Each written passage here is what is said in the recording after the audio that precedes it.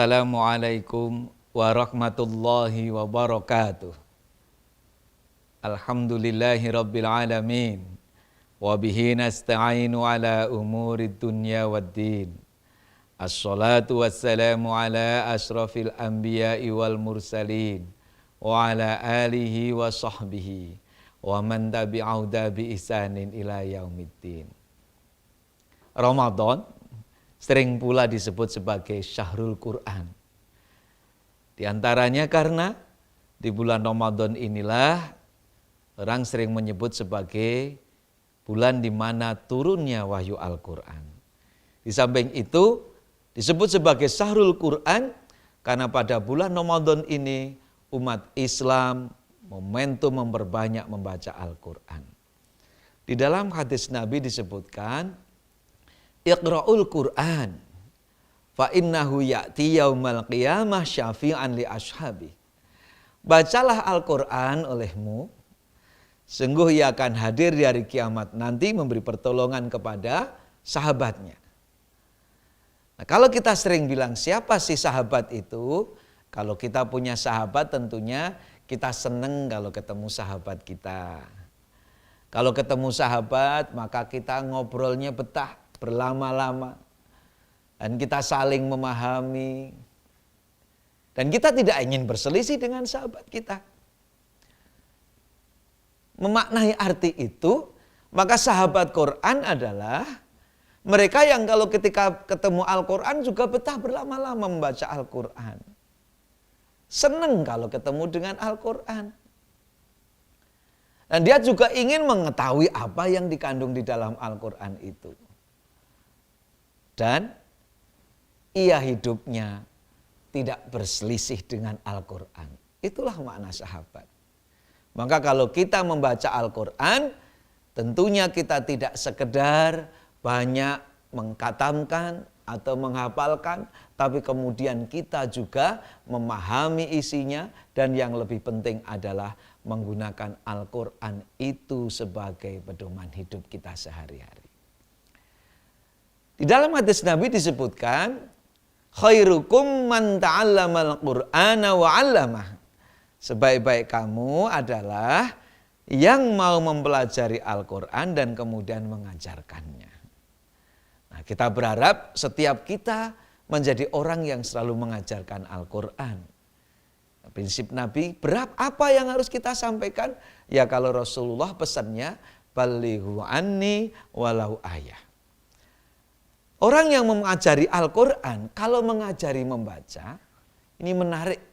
Ketika orang itu mengajarkan membaca Al-Quran, umumnya Qurannya menghadap murid yang diajar, santri yang diajar, kemudian kita membaca dari sebaliknya. Kita membaca dari sebaliknya. Rupanya ada penelitian-penelitian, laporan-laporan tulisan tentang hubungan membaca, apalagi mengajarkan Al-Quran dengan upaya untuk mencegah kepikunan. Mereka yang membaca Al-Quran terus, itu cenderung tidak pikun. Pikun itu kalau terlalu berat, orang sering menyebutnya demensia. Lupa. Bukan hanya lupa waktu, tapi bahkan kemudian memori pentingnya hilang. Nah, orang yang terbiasa membaca Al-Quran, dia selalu menggunakan otaknya, sehingga otak itu selalu bekerja. Karena prinsip merawat agar kita tidak menjadi pikun, merawat sel otak kita adalah use it or lose it. Demikian kata Prof. Siddhartha. Gunakan otakmu, atau kamu akan kehilangan. Nah, orang yang membaca Al-Quran terus, dia menggunakan otak terus. Maka bersyukur orang yang seperti ini, insya Allah akan terhindar dari penyakit kepikunan. Dari derajatnya, yang paling ringan orang menyebut MCI, mild cognitive impairment. Itu kadang kita sering mencari kacamata padahal kacamatanya disaku. Mencari kacamata padahal kacamatanya dikalongkan. Gejala-gejala awal kepikunan. Nah, bagaimana kalau kita mengajarkan tadi? Itu lebih dahsyat dampaknya.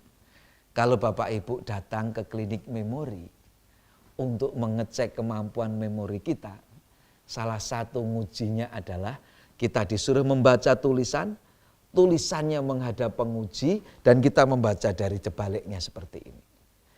Orang yang fungsi kognitifnya masih bagus, dia bisa membaca terbalik seperti itu.